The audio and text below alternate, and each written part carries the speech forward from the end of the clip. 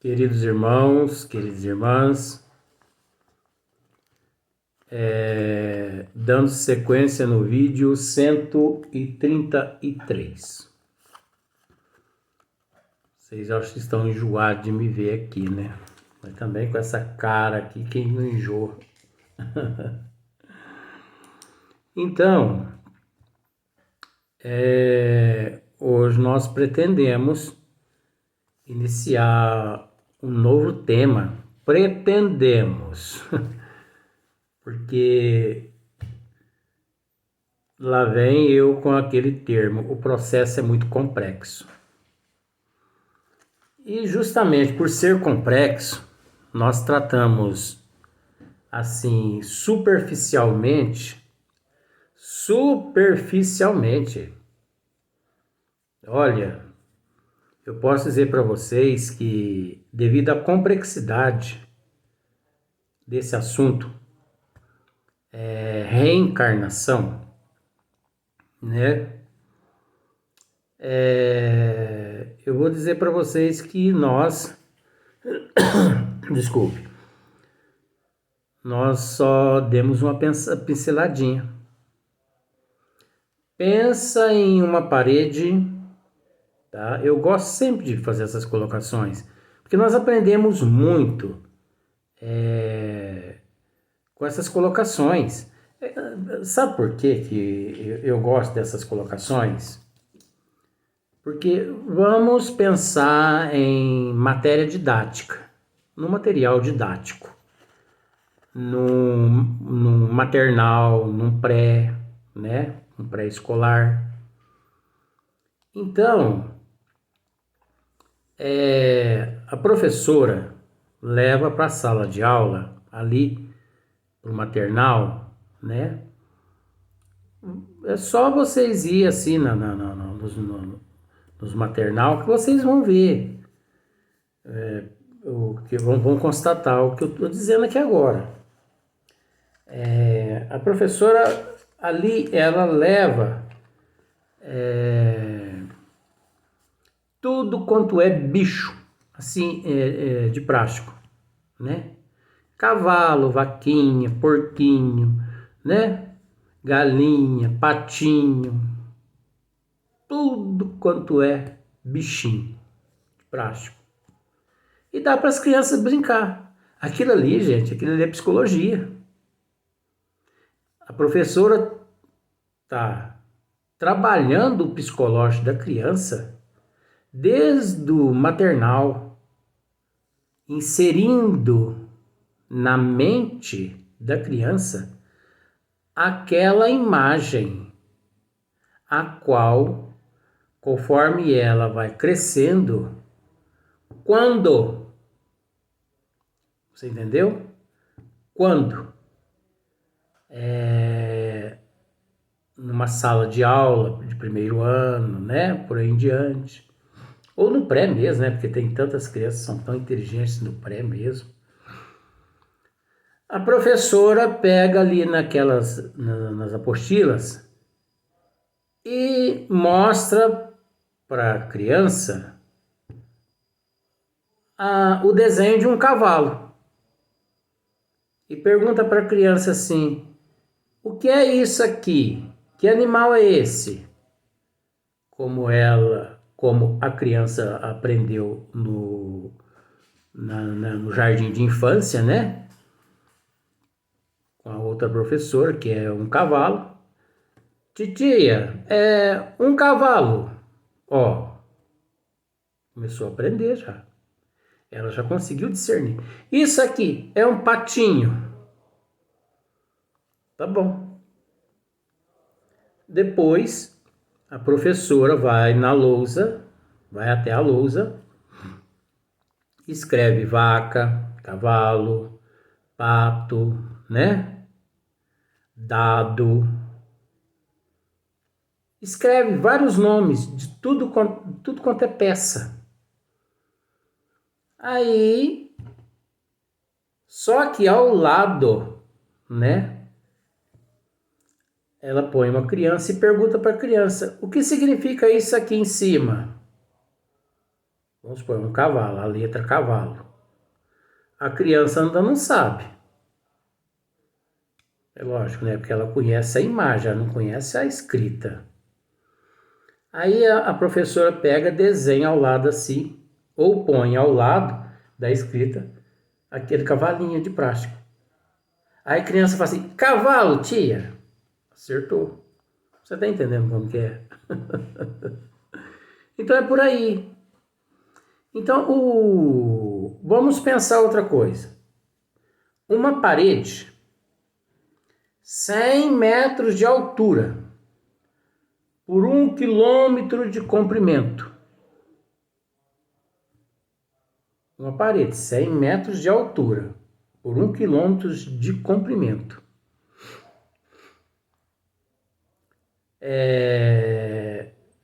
Eu pego um pincel desse tamanho assim, ó.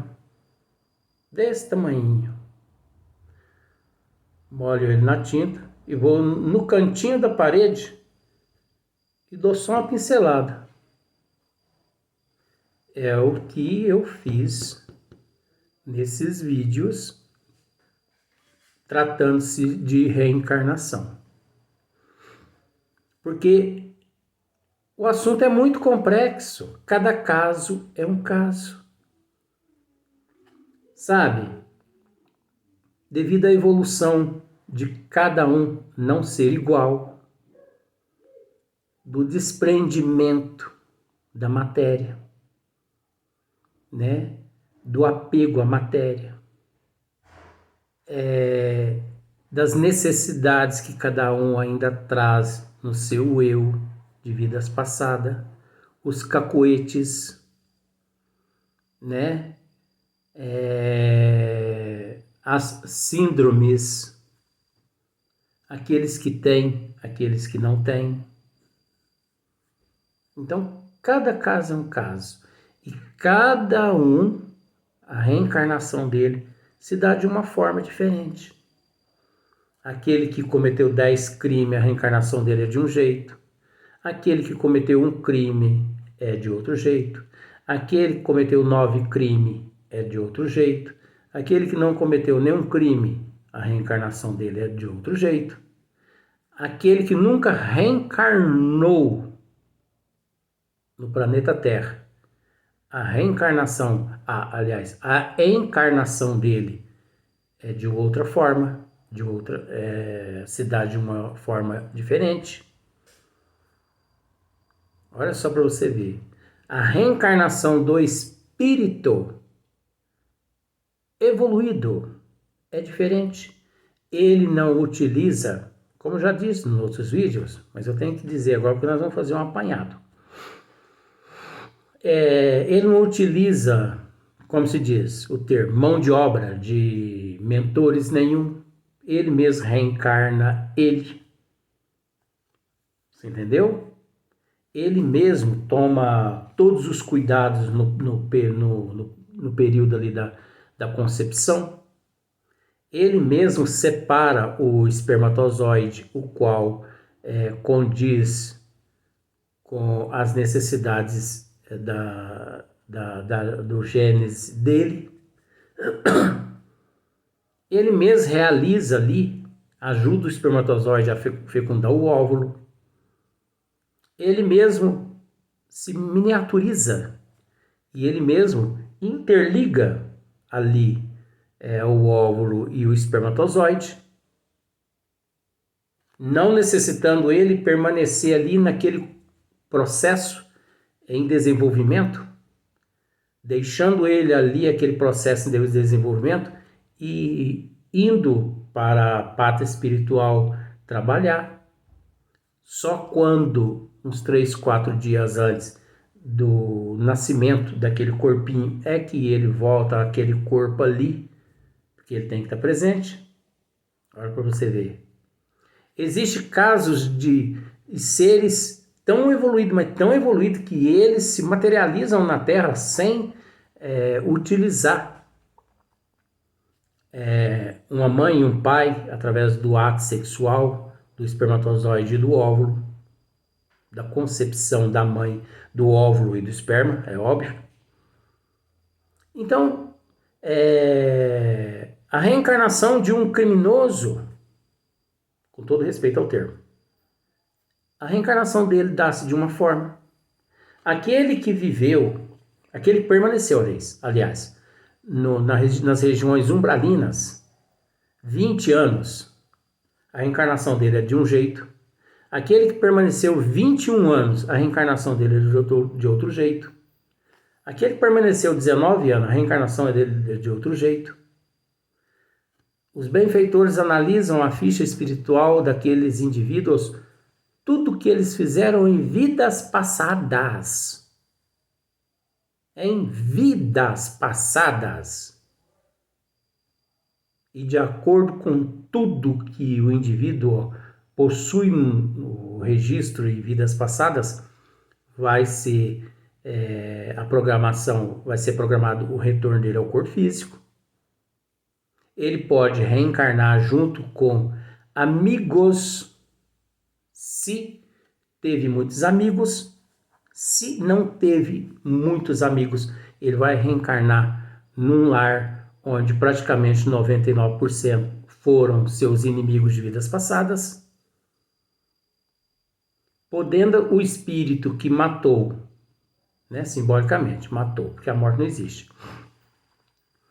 Ele que matou lá 10 pessoas em vidas passadas, podendo ele nascer numa família, no meio daqueles 10 que ele matou. Mas é óbvio que ele não vai nascer no meio dos 10, porque vai ser uma família muito grande, né? Mas podendo ele nascer ali, ao lado de 4, 5 irmãos dele, que ele matou em vidas passadas. Aí a programação reencarnatória vai ser de uma outra forma, porque ele vai nascer no meio daqueles que ele executou em vidas passadas. Agora, olha só a programação dos benfeitores espirituais, mediante uma situação dessa, reencarnar aquele criminoso no meio daqueles simbolicamente vítimas, o trabalho que não é. E sem contar que todos nós, independente, fomos acompanhados no período da reencarnação e continuamos sendo acompanhados pelos benfeitores espirituais, aqueles que nos auxiliaram no período da reencarnação, até o momento do nosso desencarne, eles nos acompanharão. Espíritos amigos, espíritos afins, espíritos simpáticos, espíritos não simpáticos, espíritos inimigos, semelhante atrai semelhante. Podendo, durante toda a nossa existência, sermos acompanhados por uma falange de espíritos de obsessores, os quais nós prejudicamos em vidas passadas, essa reencarnação se dá também de uma forma diferente. Olha só, porque seremos acompanhados por uma falange de obsessores. Tem aquelas pessoas que têm aqueles transtornos psiquiátricos, crônicos, profundo, transtornos psiquiátricos irreversíveis, Mas você entendeu. O importante é você ter entendido. Transtornos irreversíveis, transtornos que já são reversíveis, que a pessoa passa por aquele transtorno ali e depois ele se renova, toma medicamento e aquele medicamento ajuda ele a recobrar a consciência, mas isso tudo está inserido na programação reencarnatória. Tem aquelas pessoas que, por motivo fútil, ele se desestrutura emocionalmente, psicologicamente, A reencarnação desse indivíduo se dá de uma outra forma diferente. Aquela pessoa que tem uma certa sensibilidade, uma certa facilidade assim para se desestruturar mediante acontecimentos, a reencarnação dele se dá de outra forma diferente. Olha só, aquelas pessoas que têm a facilidade imensa de guardar mágoa, ressentimento, ódio, aquelas pessoas que não perdoam, a reencarnação deles é diferente. Por quê? Porque são espíritos assim mais primitivos. Porque esse sentimento não condiz com o sentimento de espíritos nobres. Porque espíritos nobres, o sentimento deles é outro, sabe? Eles perdoam, eles toleram, eles aceitam. Vamos analisar uma questão. Se nosso Senhor Jesus Cristo, durante a sua passagem pela Terra, né, há 2000 anos atrás, vamos imaginar que ele se revoltasse com tudo que fizeram com ele há 2000 anos atrás. Se coloque no lugar de Jesus Cristo. Você que tem essa facilidade para se revoltar, para magoar, para se sentir humilhado ou humilhada, para se sentir ofendido ou ofendida, que não consegue perdoar, coloque-se no lugar do nosso Senhor Jesus Cristo. Imagine se ele, há 2000 anos atrás, tivesse se revoltado. Se ele quisesse, acabaria com a humanidade toda naquele momento. Gente, foi ele que criou a Terra. Ele não teria o poder de fazer isso assim, fulminar com todo mundo, com o corpo físico de todo mundo. Mas se ele fizesse isso, que modelo e que guia, que modelo seria esse? Que Deus designou a todos nós. Então, a reencarnação do justo é diferente do que da reencarnação do primitivo. Aquele que está reencarnando na Terra pela primeira vez, numa fase assim muito primitiva, por exemplo, aqueles índios que ainda não tiveram contato com a humanidade, que são bem primitivos, aqueles que ainda não tiveram contato. Veja bem, viu, gente? Porque tem muitos índios que são civilizados já. Então, esses são muito primitivos. A reencarnação deles é de uma outra forma. Entendeu? A reencarnação de pessoas que prejudicaram seus corpos físicos através de suicídio, que ingeriram veneno, que odiaram muito, entendeu? A reencarnação deles é diferente, porque eles trazem para o corpo físico todo o reflexo do ato que cometeram. Aquele que vai nascer e que vai ter um problema de leucemia, a reencarnação dele é diferente. Aquele que vai nascer com certos tipos de câncer, principalmente nos ossos, a reencarnação dele é diferente. Aquele que vai reencarnar com problema de coração, é diferente a reencarnação dele. Aquele que vai nascer cego, mudo e surdo, a reencarnação dele é diferente. A reencarnação dos pais dele é diferente, a programação reencarnatória. Dos irmãos dele é diferente, a programação reencarnatória. Olha só para você ver. Sabe? Aquele que pulou de um edifício, uma coisa assim, a reencarnação daquele indivíduo é diferente, porque está de acordo com o mérito dele, de acordo com aquilo que ele cometeu com o ato. Aquela pessoa que foi muito caridosa, que fez muito bem à humanidade, né, à sociedade e a si mesmo, é diferente. A reencarnação daquele que bebe, que fuma, que usa droga, que vive na sexolatria, aquele que vende o corpo, você entendeu? Aquele que comercializa o corpo, a reencarnação dele é diferente.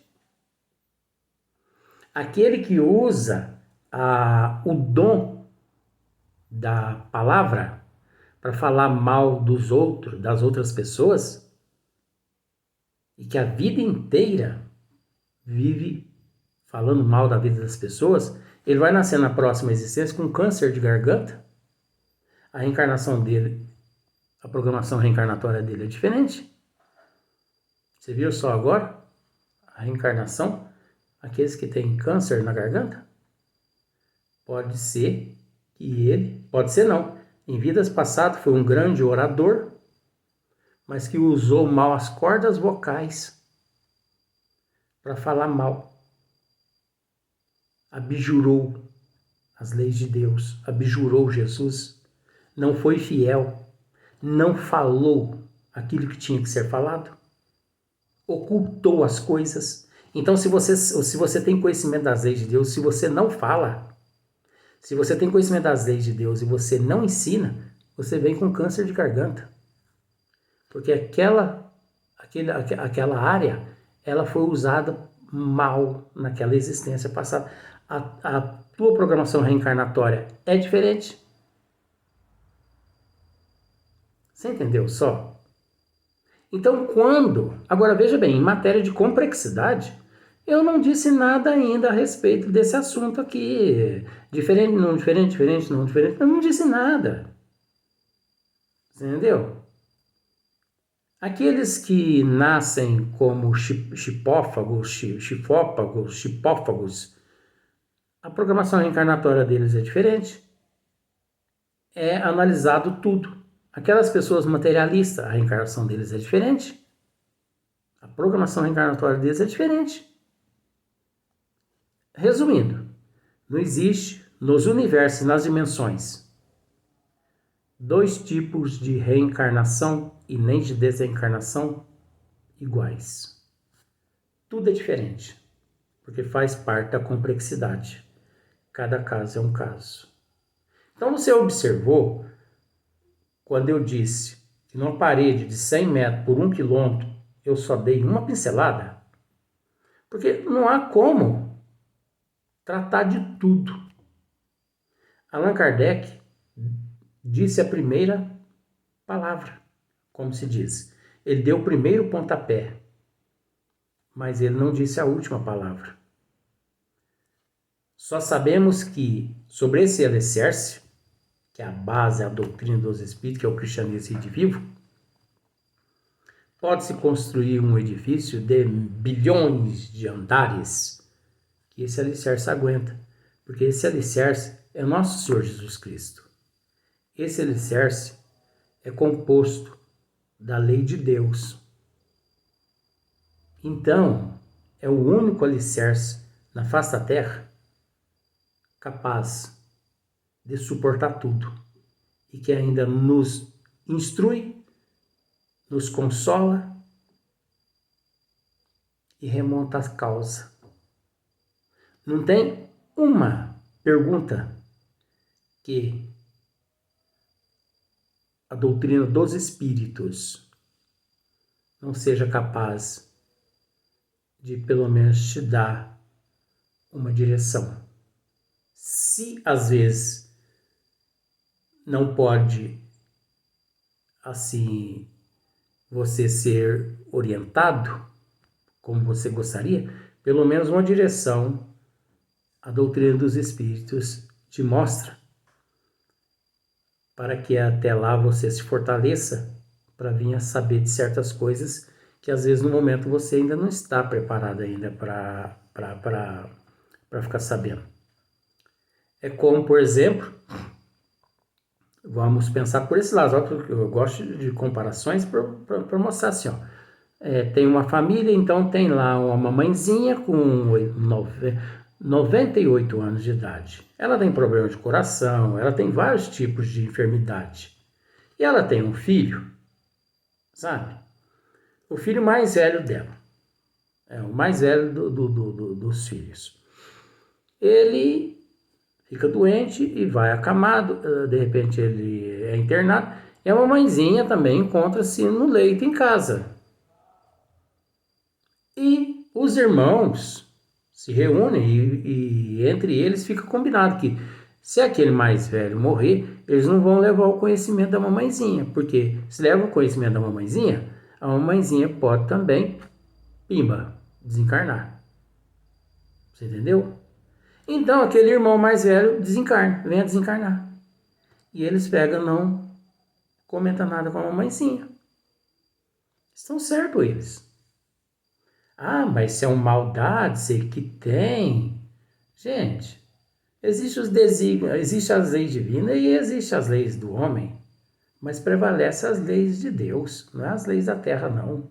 Ah, mas é uma covardia. A fulana, a mãe dele, ficar sem saber. Covardia, o quê? Quem somos nós para poder julgar os outros?